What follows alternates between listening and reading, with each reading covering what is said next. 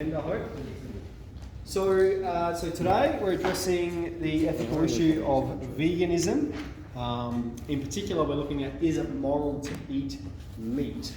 And so the way we're going to go about it is I've got a number of justifications that people might offer when they think of what are reasons that I have for eating meat, and then we're going to look at some of the implications of it. So just really quickly, just think to yourself, what if you eat meat? What's one of the reasons I have for eating meat? Okay, what's one of the reasons you think you're morally justified in eating meat? So just have a real quick think about that. Okay, so here on this slide, we will go through these justifications. So the first one, meat is delicious, therefore we should eat it. The second one, it's natural. Because of our tradition, because humanity's evolved out of a tradition of eating meat. It's nutritious, we need it to survive. Plants are living too, okay? So not necessarily a justification for me eating meat, but saying, well, how about you, vegan? How come you eat plants? They're living. It keeps the meat industry going. People are at the top of the food chain. It's sustainable. If we don't eat meat, there'd be too much livestock. All right, so sort of a way of monitoring how many cows there are. Everyone eats meat, like most people eat meat. Mum cooks it. And then the last one, animals are a different species, therefore we're justified in eating meat. So here's a little meme here for a cow. I'm not a burger. I'm actually 24 roasts, 28 T-bone steaks, 10 sirloin steaks, etc. Lots of cuts of meat in one cow. Okay, so let's go through those justifications and then let's try and think, what are the implications of holding these propositions to be true? Okay, remember that's what we're doing with ethical frameworks, isn't it? We're looking at what are the implications of maintaining this as a proposition. Okay, it's okay to eat meat because it's delicious. All right, what are the implications? Anything that's delicious, you're allowed to eat it. Okay, so if you find children delicious, you're allowed to eat them. All right. Second argument. It's natural. Okay. Animals eat other animals. We're an animal, therefore we should also be able to eat other animals. Implication. Anything that occurs in nature is morally permissible. Okay. Anything that the animals do, we're allowed to do. That's moral. Anything that they do. So I've scoured the web and come up with what I think is one of nature's most brutal realities. So this is a video here, hopefully I can get it to work. I mean, anything that has a killer whale. That looks like a picture. Like, you know, killer whales will use baby sharks as like how we use beach balls to play with each other.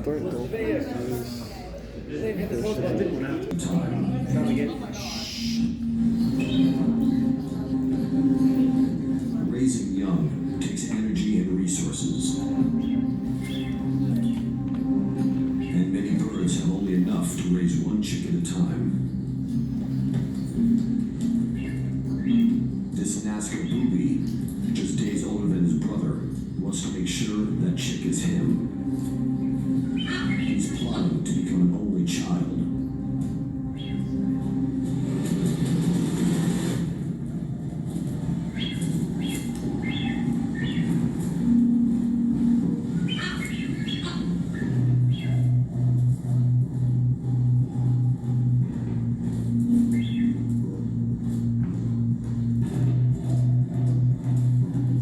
It's a Cain and Abel power struggle,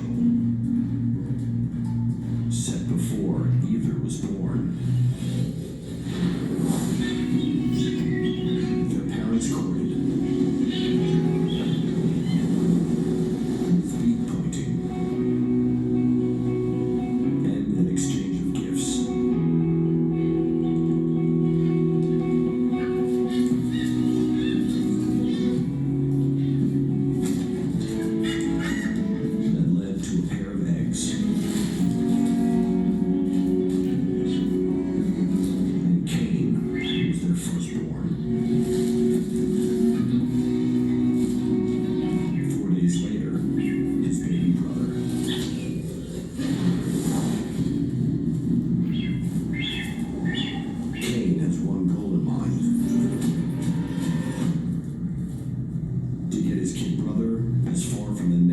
possible, or he is sure to die. It's a ruthless act of self-preservation. The helpless younger chick has only one hope. Mom.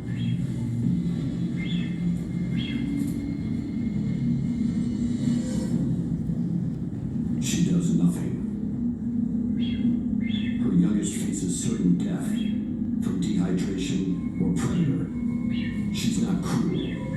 She's only got enough in her to raise one chick. The other was her insurance policy. Cain kills Abel. And with him, the competition. Now Mom is all his.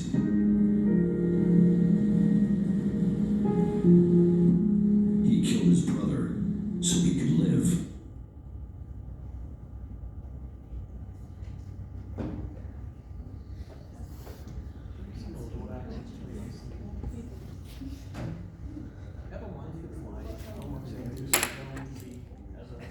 Species of human, because we eradicated the other species of human. Okay, so it's pretty brutal, especially you see the young chick out there sort of squawking, "Mum, help, why is this happening to me?"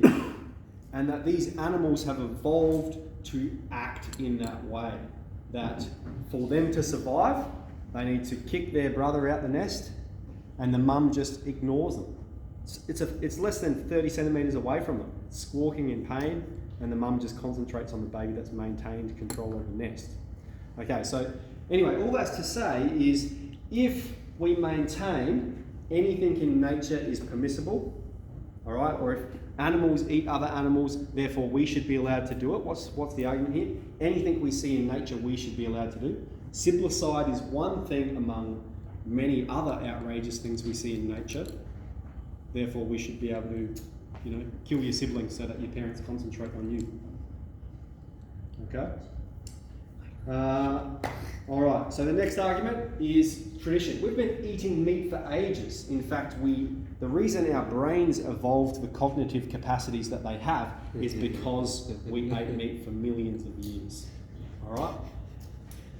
So if we're just appealing to tradition, what's the implication? Well, anything that we've done in the past, we're allowed to do in the present. It's tradition, we've done it before, therefore we can do it now. We'll look at other things that have been done before by human beings. You've got your Jewish Holocaust, you've got the Aztecs, sacrifices, you've got lots of horrible things. Okay, the second one says, meat is nutritious, therefore we should be allowed to eat it. The implication, anything that's nutritious, you should be allowed to eat. Okay? Well, you could definitely get some nutrition from eating another human being, should you be allowed to eat another human being. Okay? Okay to eat anything if it's nutritious. We need meat to survive, therefore we should eat it.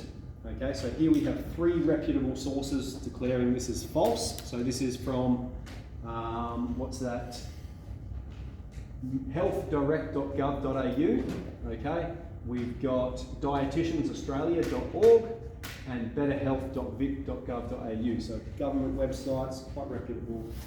First statement, a well-planned vegetarian diet that includes a variety of plant-based foods can meet nutritional needs. Second statement, with planning, those following a vegan diet can cover all nutrient bases. And then the last one, a well-planned vegetarian diet can meet nutritional needs during all stages of life. Okay? Moving on to the next one. It keeps the industry going, okay? There's farmers that have jobs, okay? These farmers have jobs, and when I eat meat, when I go to the supermarket, buy some sausages, it keeps them in a job, so I'm doing a good thing, all right? So what's the implication? If it keeps people in a job, then we should be allowed to do it, all right? So what could we say about that? Slave trade. Okay, people were employed in the moving and sales of other people, of slaves.